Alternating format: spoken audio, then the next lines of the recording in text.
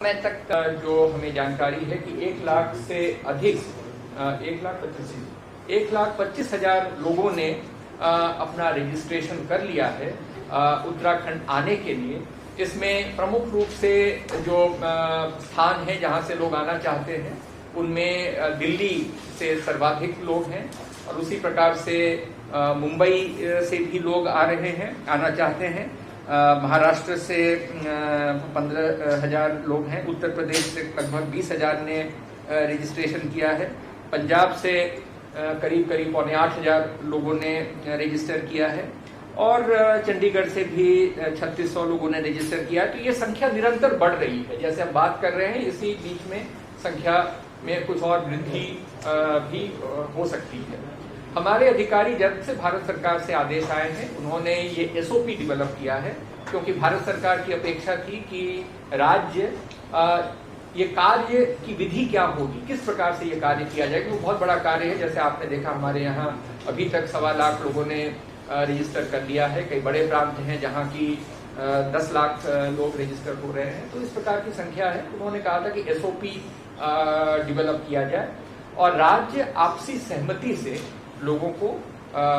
लाने ले जाने की व्यवस्था करेंगे। तो इसके तुरंत बाद ही हमारे अधिकारीगण उन राज्यों के जो नोडल अधिकारी हैं उनके संपर्क में आए हैं और उनके साथ अब अपना प्लान उन्होंने तैयार किया है और उस प्लान के तहत लोगों का लाना ले जाना ये कार्य प्रारंभ कर दिया गया है।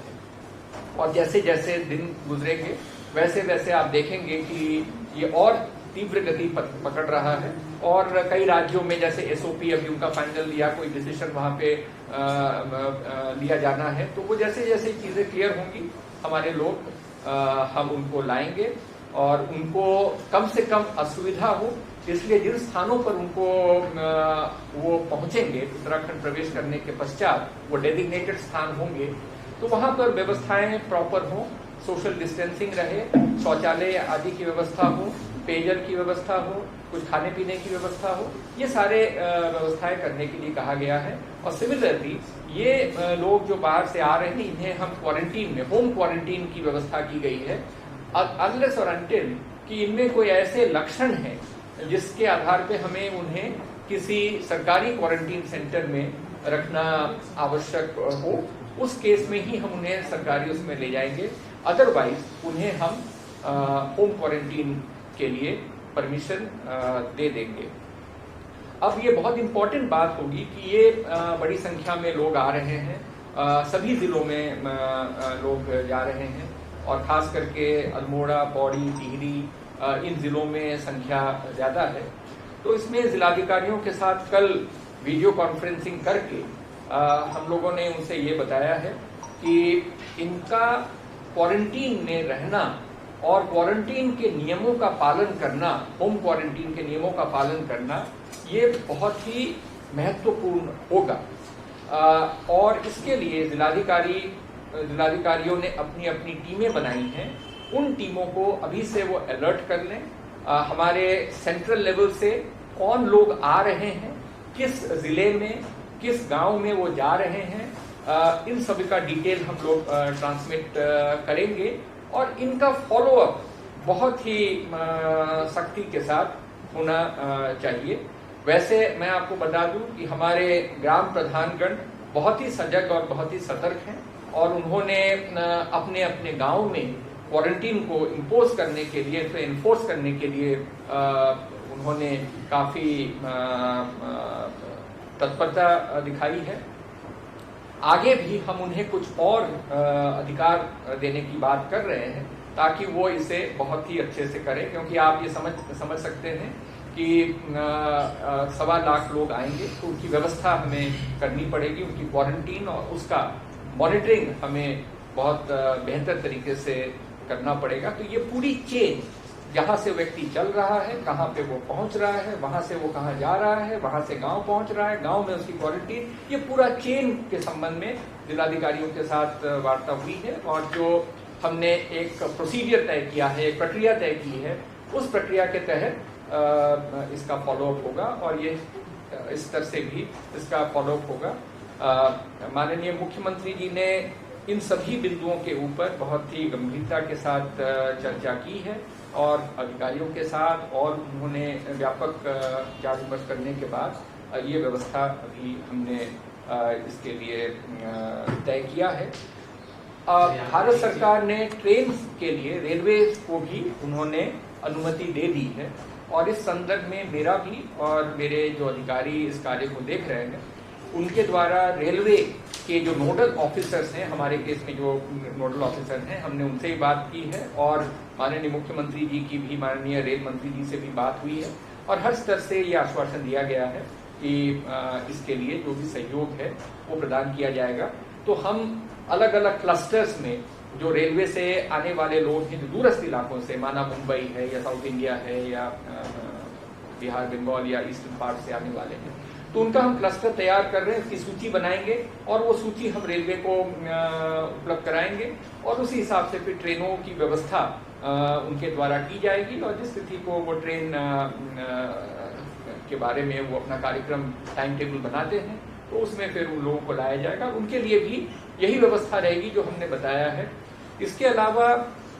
कुछ लोग ऐसे हैं जो अपने निजी वाहन से भी अन्य राज्यों से आना चाहते हैं, जो किसी प्रकार से, किसी कारणों से कहीं फंस गए थे और परेशानी में हैं, अपने निजी वाहनों से भी आना चाहते हैं, तो उनके लिए भी माननीय मुख्यमंत्री जी ने जो चर्चा की और उन्होंने उनके लिए भी कहा है कि उनको हमें ले आना चाहिए, बशर्ते वो सारा सैनिटाइजेशन का नॉर्म्स वो पालन करेंगे। जब वो हमारे प्रांत की सीमाओं में एंटर करेंगे तो वहीं पे फिर उनका हेल्थ स्टेटस जांच किया जाएगा, वो कहाँ पे जा रहे हैं उनका सारा डिटेल दिया जाएगा। इन सभी को जो हमारा ये आरोग्य सेतु ऐप है, इस ऐप का सभी को उसे डाउनलोड करके उसको उपयोग करना अनिवार्य होगा। तो इस प्रकार की चीजें हमने डिटेल में एसओपी में दिया है, जो कि अलग से भी हम आपके साथ शेयर कर सकते हैं। दो तीन चीजें और हैं कि जो प्रधानमंत्री जनधन योजना में वित्तीय किश्त, अब भारत सरकार ने वित्तीय किश्त भी जो महिला हमारे ये अकाउंट होल्डर्स हैं उनको जारी करने का निर्णय ले लिया है और वो 4 तारीख से प्रारंभ हो जाएगा। और उसमें भी जैसे पिछली बार हुआ था कि उन्होंने अकाउंट नंबर के जो आखिरी डिजिट हैं उन आखिरी डिजिट के हिसाब से तय किया है। मसलन अगर मेरा अकाउंट है और उसका आखिरी डिजिट 01 है तो मेरा एक निर्धारित तिथि माना सोमवार को होगी, किसी का 02 है तो वो एक दूसरा दिन होगा उनके लिए, और ताकि सोशल डिस्टेंसिंग हो और एक दिन में ज़्यादा वहाँ पर भीड़ भाड़ न हो, तो वो कार्य किया जाएगा। एक महत्वपूर्ण बात यह है कि हमारा प्रोक्योरमेंट जो गेहूं खरीद का कार्य है वो भी तीव्र गति से चल रहा है और इसमें भी सहयोग हम लोग को पूरा मिल रहा है। जहाँ तक मुझे सूचना मिली है कि इसमें तकरीबन 1.25 लाख मेट्रिक टन के आसपास की सूचना मेरे पास थी, तो वो मैं आपको प्रतिशत से बता दूंगा, इस समय कहीं पर है वो। तो वो गेहूं खरीद का कार्य भी इस समय हमारे तेज गति से चल रहा है और उसमें भी किसी प्रकार का बाधा इस समय नहीं है। 1.42 लाख क्विंटल गेहूं खरीद कर दिया गया है और एक राज्य सरकार के द्वारा कमिटमेंट दिया गया था कि हम 48 घंटे में भुगतान करेंगे और माननीय मुख्यमंत्री जी ने सभी जिलाधिकारियों को और इस प्रोक्योरमेंट से जुड़े हुए सारी एजेंसीज को सख्त निर्देश दिए थे कि किसानों का किसी भी दशा में हम 48 घंटे से ज़्यादा का डिले न करें पेमेंट में। तो इसमें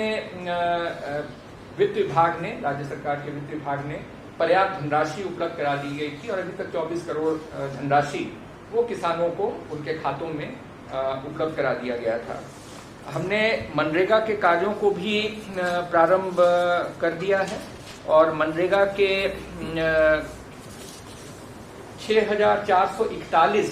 कार्य जो हमें सूचना है कि 95 विकास खंडों में कार्य प्रारंभ किए गए हैं और जिनकी कुल संख्या है 6,441। इनमें कुछ कार्य हैं जो बीच में रोक दिए गए थे लॉकडाउन के कारण, और कुछ कार्य ऐसे हैं जो कि अब हमने शुरू किए हैं। तो इनकी कुल संख्या 6,441 है, और जिसमें लगभग 72,955 श्रमिक हैं जो इन कार्यों में लगे हुए हैं। जहां तक इंडस्ट्री का प्रश्न है, इंडस्ट्री में भी हमने 3,000 से अधिक इंडस्ट्री के लिए 3,460 इंडस्ट्री के लिए हमने परमिशन दे दिया है, और उन सभी को आश्वस्त किया है कि किसी प्रकार का सहयोग, कोई फैसिलिटेशन राज्य सरकार से चाहिए तो अवश्य बताएं। और हमारे जो उद्योग विभाग के अधिकारी हैं, हमारे जिला के अधिकारी हैं, उनसे भी हम लोग निरंतर टच में हैं, और वो भी इन सभी उद्यमियों के साथ टच में हैं, ताकि कहीं भी कोई दिक्कत न हो। इनमें जो ये 3460 उद्योगों के लिए जो परमिशन दी गई है, इसमें तकरीबन 84,634 कुल श्रमिक हैं जिनकी आवश्यकता इसमें पड़ेगी, और जो उद्योग ने जो परमिशन मांगे हैं वो लगभग ये 84,634 श्रमिकों के लिए अभी तक मांगी है। और जैसे जैसे इकोनॉमी खुलेगी, मंडे से जैसे जैसे व्यवसाय चालू होगा, और जो हमारा सप्लाई चेन एस्टैब्लिश हो जाएगा और कंजम्पशन चालू होगा, तो जो हमारा उद्योग है वो भी तीव्र गति से चालू होगा। जो एक और बात आप लोगों ने अलग अलग